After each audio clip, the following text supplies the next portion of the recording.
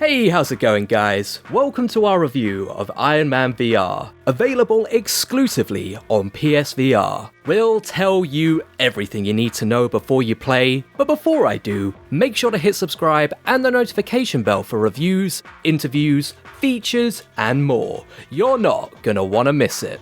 Superheroes and video games have always had a checkered relationship. What would appear to be a match made in heaven often results in less Batman Arkham City and more Superman 64. Even the upcoming Avengers game, with all of the budget and one of the best IPs in the world behind it, has garnered mixed reviews from its early previews. I guess that's the reason why, until a couple of weeks before release, I hadn't really thought much about the brand new Iron Man VR game, and that's a real shame. The idea of tearing through the sky at breakneck speed and zapping baddies with my hand cannons, all from the perspective of famed goatee enthusiast Tony Stark, well, it should be pure fantasy fulfillment. Coming out exclusively on PSVR, I was interested to find out how it looked and performed on fairly limited hardware when VR headsets are concerned. But when all is said and done, is Iron Man VR any good? Watch on to find out.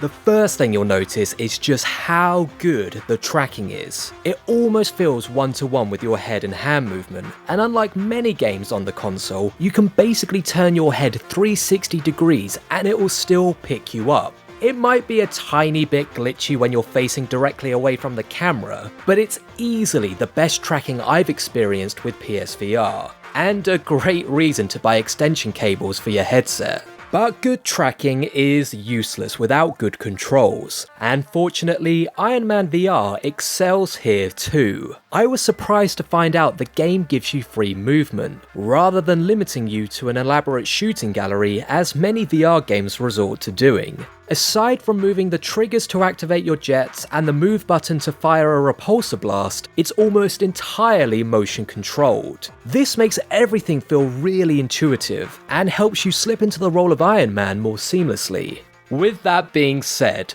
make good use of the tutorial stage, as there is a bit of a learning curve before you can really get your wings. But before long, you'll be showing off firing with one hand and hovering with the other. And besides, even the MCU Tony Stark took some pretty gnarly faceplants before he got the hang of it. But this isn't the Tony Stark of the MCU. Developers Camouflage have created their own take on the fan favourite, much like Insomniac Games did with 2017 Spider-Man, allowing the story and characters room to breathe. Now, it is easy to see the influence of Robert Downey Jr., and it'd be hard not to. He casts a pretty big shadow. But supporting characters like Pepper Potts and AI assistant Friday feel like fresh takes on their source material. Without diving into spoilers, it's the prototypical Iron Man story, in which Tony is his own worst enemy, having to solve problems of his own making. Oh, Mr. Stark, will you ever learn? The campaign takes roughly 8 to 10 hours to complete, which is pretty generous for a VR-only title. That's why it was a massive relief to find out it's also one of the most comfortable VR experiences on PSVR. With virtual reality, I'm normally the worst when it comes to motion sickness, and often find myself having to take breaks from playing. However, aside from a brief moment where I was adjusting to the movement of the game, I really didn't suffer at all. Of course, this is very much going to be down to personal experience, so please let me know if you felt queasy playing in the comments below.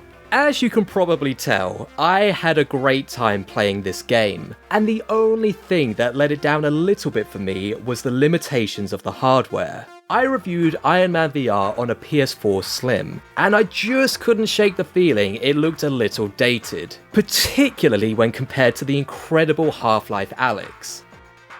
Look, I understand it's an unfair comparison, and the difference between close to £1,000 worth of consumer investment, but I guess I've just been spoiled. But on a more positive note, it did perform pretty well for me, with only the occasional frame drop to report. To wrap up, Iron Man VR is one of the best experiences I've had on PSVR. It's a faithful take on a beloved character, and when it all comes together, it's easy to immerse yourself in the role. Technical limitations aside, there's really nothing to complain about, and I'm excited to see how they can develop the successes of this title into the next generation of more powerful consoles. Is it a unit shifter for the headset? Probably not, but if you already have one, I definitely recommend picking it up. Preferably blasting Black Sabbath's Iron Man at full volume. But what did you think of Iron Man VR? Let us know in the comments below, and don't forget to like, share and subscribe for more videos every single week. See you next time!